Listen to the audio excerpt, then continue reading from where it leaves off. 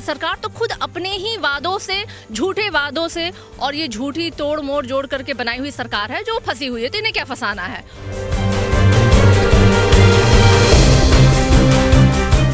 नमस्कार, मैं हूं देवांशु। आप देख रहे हैं news for nation. Tejashwi Yadav ने आज अपने प्रवक्ताओं की अहम मीटिंग बुलाई थी और हमारे साथ बात करने के लिए इस वक्त आरजेडी की प्रवक्ता सारिका पासवान हैं। क्या कुछ हुआ इस बैठक में? क्या कुछ टिप्स नेता प्रतिपक्ष तेजस्वी यादव ने दिए आप लोगों को? देखिए, ये टाइम टू टाइम एक बूस्टअप के लिए ज़रूरी होता है कि इस तरह की मीटिंग रखी जाए और उसी क्रम में ये मीटिंग थी।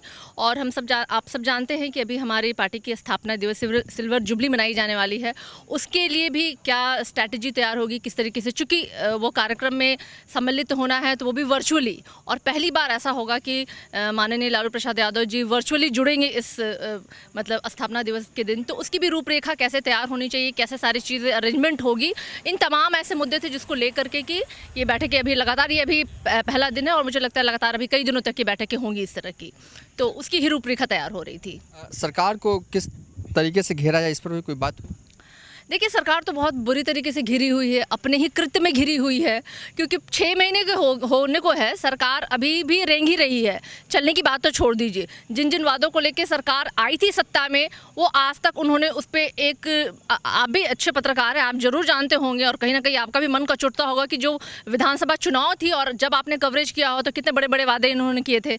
आज उन वादों को पूरा करने का दिन है, जब वो सत्ता में बैठे हुए हैं तब वो उन वादों को भूल रहे हैं। तो ये सरकार तो खुद अपने ही वादों से, झूठे वादों से और ये झूठी तोड़ मोड़ जोड़ करके बनाई हुई सरकार है जो फंसी हुई है। तो इन्हें क्या फंसाना है? और बहुत जल्द ये अपने देखने को मिलेगा। बिहार की जनता भी इंतजार कर रही है, जान रही है कि ये ठगी हुई सरकार बनी हुई है, चोर दरवाजे से आई हुई सरकार है। तो ये सरकार बहुत जल्द गिरने वाली है। राघोपुर में भी तेजस्वी यादव ने कहा था सरकार जो है वो 2-2.5 महीने बाद गिर जाएगी।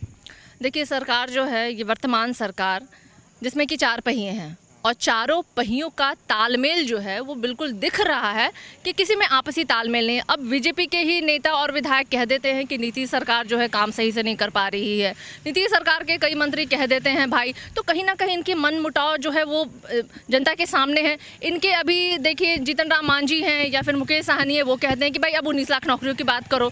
चूँकि ये तो झूठ बोल कर आया है ना, इन्होंने कहा था 10 लाख, जो हमारे माननीय नेता प्रतिपक्ष तेजस्वी यादव जी ने कहा था 10 लाख नौकरियाँ, उसके बदले में इन्होंने कहा 19 लाख रुपए। तो इस तरह की मतभेदता इनकी पार्टी के अंतर्कलह दिखती है, वो सार्वजनिक है। तो ये तो कभी भी टूट के गिर सकता है। एक पहिया अगर गिरा, एक स्तंभ उनका टूटा, तो वो कमजोर है। सरकार बुरी तरीके से कमजोर है, फंसी हुई है, दबाव में है, अंडर प्रेशर है ये जो नीतीश कुमार जी है। क्योंकि 43 सीटों पे आने के बाद मुख्यमंत्री का पद मिलना, तो ये कांटों भरी ताज है जो नीतीश जी के सर पे है और मुझे लगता है इसका बहुत ज़्यादा दिनों तक वो बोझ उठा नहीं पाएंगे। कहें कि आज की जो मीटिंग थी उसमें चर्चा इस बात को लेकर हुई कि किस तरीके से जो पार्टी का स्थापना दिवस है वो मनाया जाए। जी बिल्कुल, उस पर भी हुई थी और पार्टी की अपनी स्ट्रैटेजी होती है जो मुझे नहीं लगता है सार्वजनिक करना कहीं भी उचित होता है। तो वो स्ट्रैटेजी हम लोगों के नेता के द्वारा है, जो प्रवक्ताओं से लेकर नेता विधायक सभी को साथ वो मीटिंग लगातार चलने वाली है। तो ये आने वाले वक्त में आपको दिखाई देगा उसका। चलिए थी आज की प्रवक्ता सारिका पासवान। फिलहाल अभी तक के लिए इतना ही। आप देखते रहिए न्यूज़ फॉर नेशन।